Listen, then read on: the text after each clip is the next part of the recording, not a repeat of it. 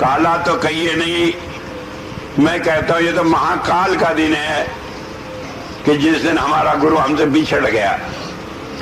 लेकिन उसके बावजूद भी हम इसे रोकर नहीं गा सकते, इसे हम रोकर नहीं मना सकते। कारण यह है कि रोकर हम अपनी तड़प तो दिखा सकते हैं, लेकिन हम गुरु का काम नहीं कर सकते। गुरु ने हमें किसी काम के लिए भेजा है। क्या काम भेजा है? मुझे याद है कृपाल सिंह जी महाराज से एक दफे किसी ने कहा, 500 आदमी को उन्होंने नाम दिया था। जब तक कहने लगे जो आज आपको कोई कत्ल कर दे तो आपका क्या बनेगा, आपका मिशन कहां जाएगा?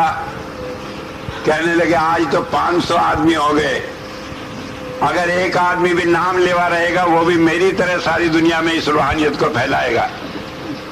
तो हमारा काम क्या है कि हम अपने जीवन से अपने गुरु की रूहानियत के संदेश को सारी दुनिया में दें।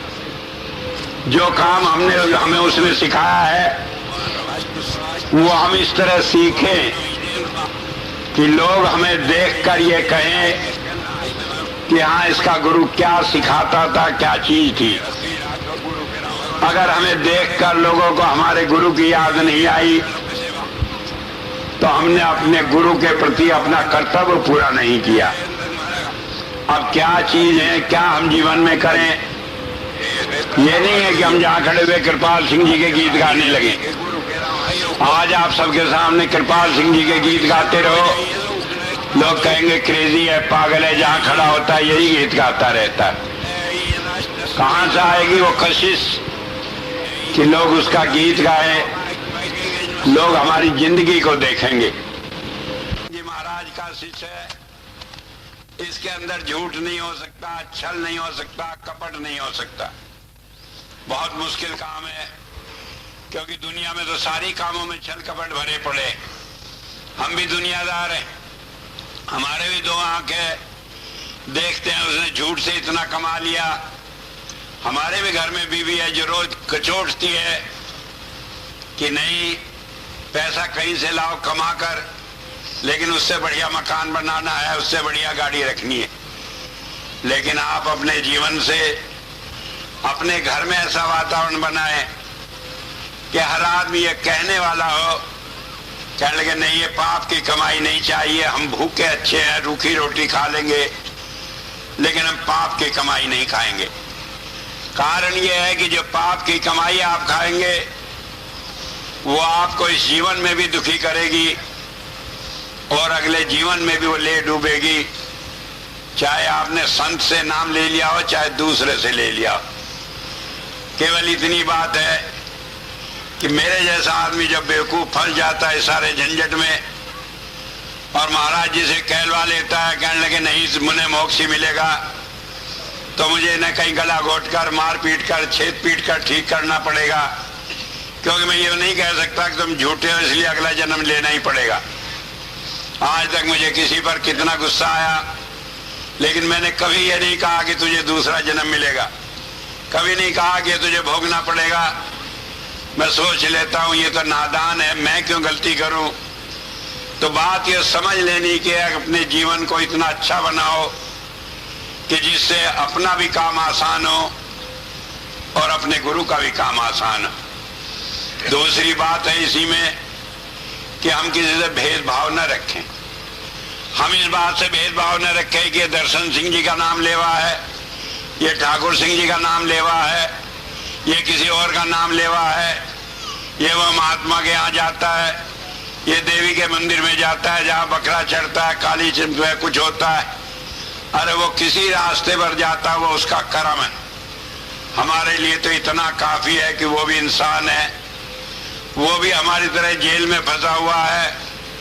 जैसे हम तड़पते हैं कि हमें मुक्ति मिल जाए, उसके लिए भी हम काम ना करें कि उसे भी सही रास्ता मिल जाए। नहीं मिला उसका भाग है, लेकिन हम उससे बैर भाव ना रखें, क्योंकि बैर से कोई आदमी नहीं समझ सकता कि आप संत मत पर चलने वाले हैं। ये आपका भाग है कि आपको गुरु मिला, रास्ता मिला, आपका मन लगा, आप सत्संग में आते हैं। लेकिन इस भाग को आप दूसरे से ईर्ष्या नहीं कर सकते कि दूसरे खराब हैं।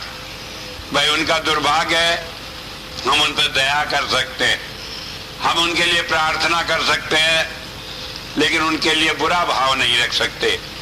तो सबसे प्यार करो, भूल जाओ इस बात को कि किसने कहां से नाम लिया। मुझे याद है इन 25 सालों में न जाने कितने आदमी आए, कहने लगे जी हमने फला से नाम लिया, हम बैठ जाएं भजन में। जब मैं नाम देता हूं मैंने कहा बैठ जाओ भाई, नाम तुमने लिया हुआ है, गुरु तुम्हारा है, जो मैं कुछ मदद कर सकूंगा तो करूंगा, लेकिन मेरे यहां पाबंदी कोई नहीं।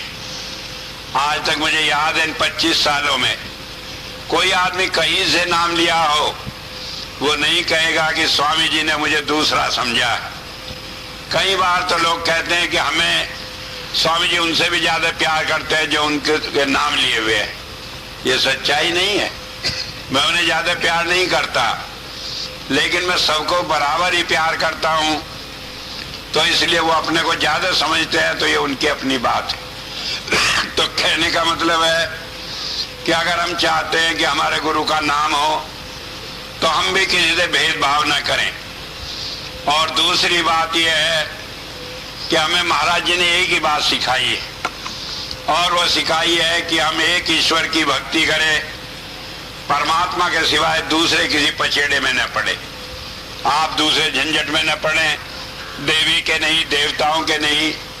लोग पड़ जाते हैं, मेरे पास आते हैं, मैं कुछ कहता नहीं उन्हें, क्योंकि हो सकता है कोई कर्म हो या होता हो, जब टाइम होगा अपने आप छोड़ देंगे। लेकिन एक बात ये समझ लें कि जब हम परमात्मा के सिवाय दूसरे किसी का सहारा लेते हैं तो कई बार सारे जीवन भर की भक्ति ऐसी बेकार चली जाती है। मुझे याद है लाला जमुनादास थे लखनऊ में, महाराज जी ने नाम दिया था उन्हें, सावन सिंह जी महाराज ने। सावन सिंह जी महाराज के जमाने में वो सत्संग करते रहे लखनऊ में, कृपाल सिंह जी महाराज के जमाने में सत्संग करते रहे। और जब मैं आया वही पहले आदमी थे जिन्होंने बताया कि मुझे अंतर में महाराज जी ने कहा कि यही उनके उत्तराधिकारी है। सारी संगत में छाती पीट कर कहा और लोगों ने उनकी बात को माना। लेकिन उनके अपने जीवन की घटना है, बहुत भजन करने वाले आदमी थे, उनकी पत्नी भी बहुत भजन करती थी, लेकिन कहीं से जगराते के चक्कर में पड़ गई। अब जाती जगराते में वहां हलवा पूरी खाने को मिलता, माताजी करके 2-4 पैर पूर छूते, थोड़ा सा मान सम्मान मिलता, तो इन चक्करों में पड़ गई।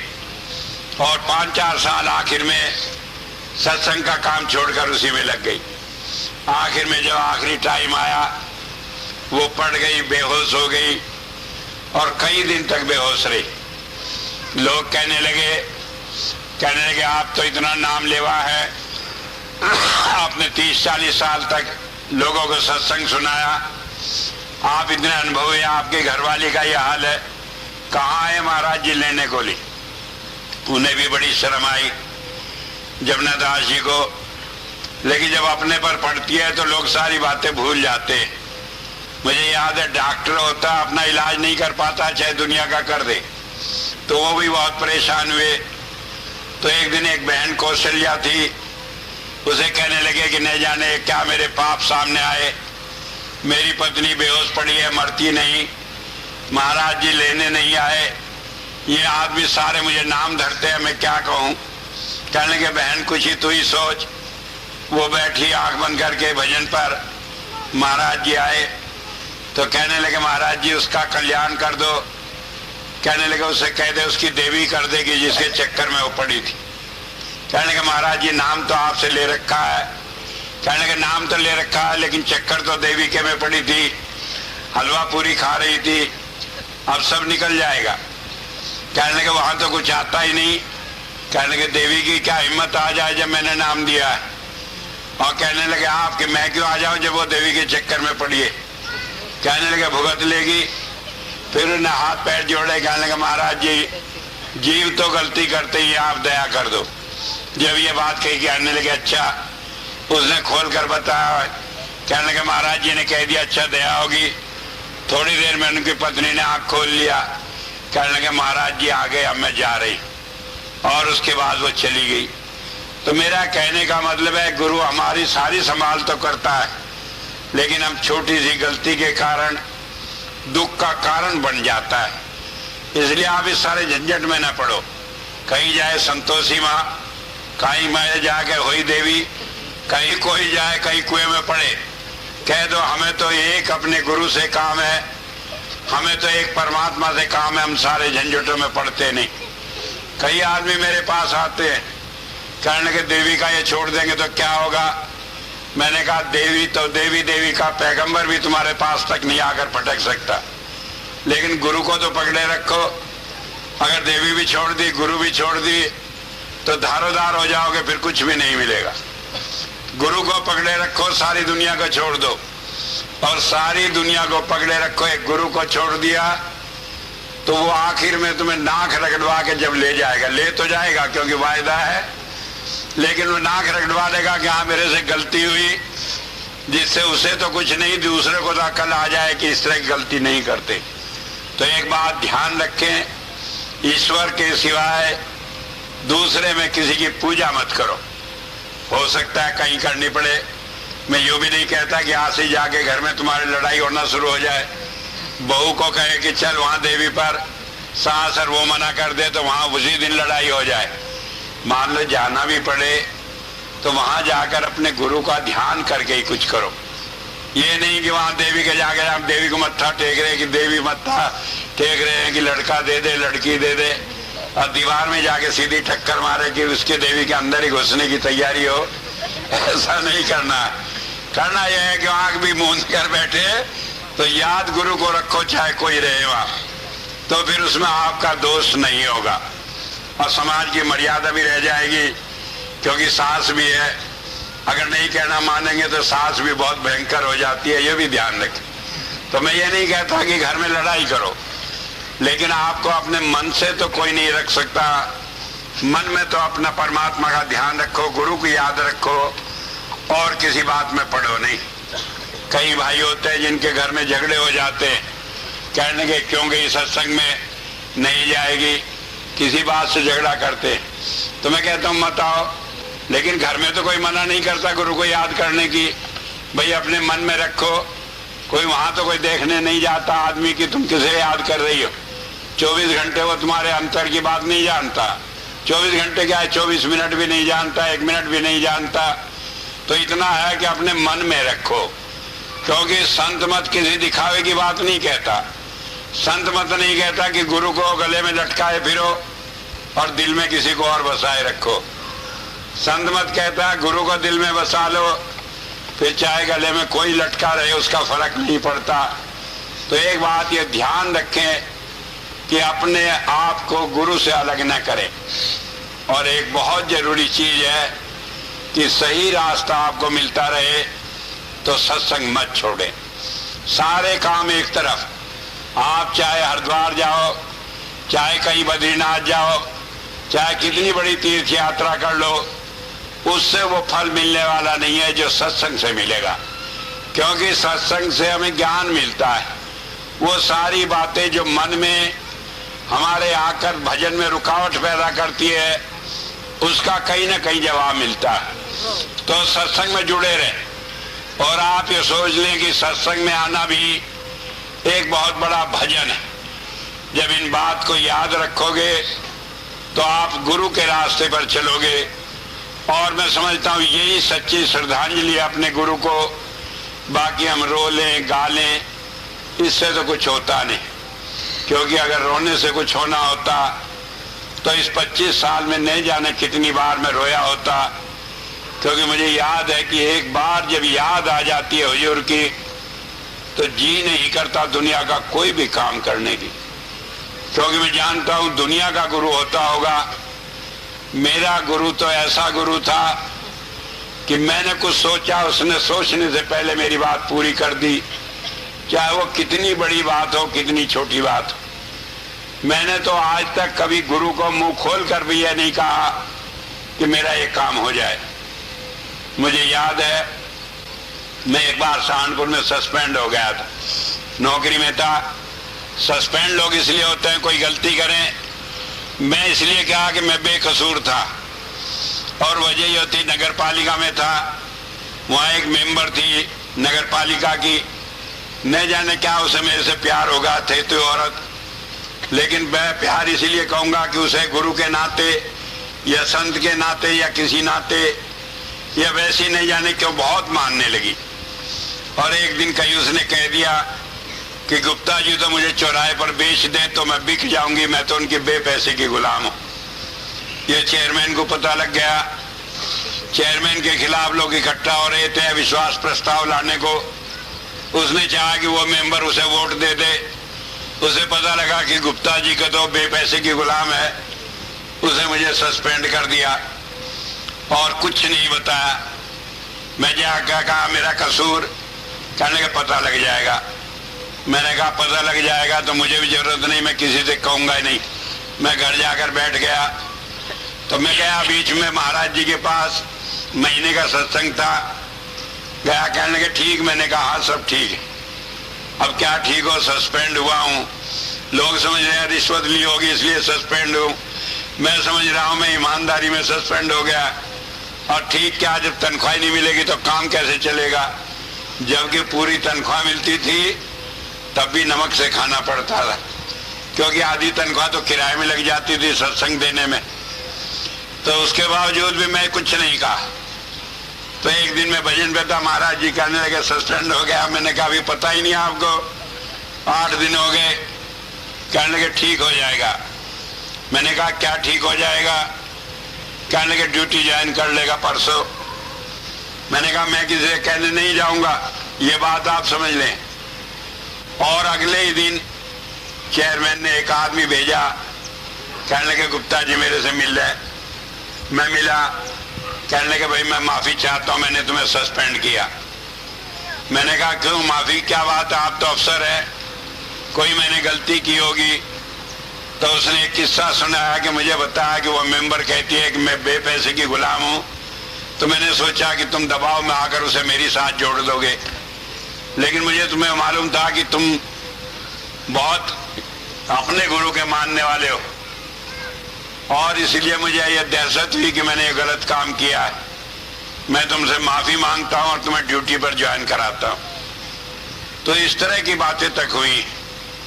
तो मैं कहता हूं एक बात आपको कि आप ये ध्यान रखें, जब आपका प्यार गुरु से जुड़ा रहेगा तो आपके दुनिया के भी सारे काम होंगे और आप खुद अपने आप में एक ऐसी मिसाल होंगे जिसे देखकर लोग आपके गुरु की तारीफ करेंगे। और मैं सोचता हूँ ये सच्ची श्रद्धांजलि है अपने गुरु के लिए। इससे ज्यादा बड़ी श्रद्धांजलि हम किसी रूप में भी नहीं दे सकते।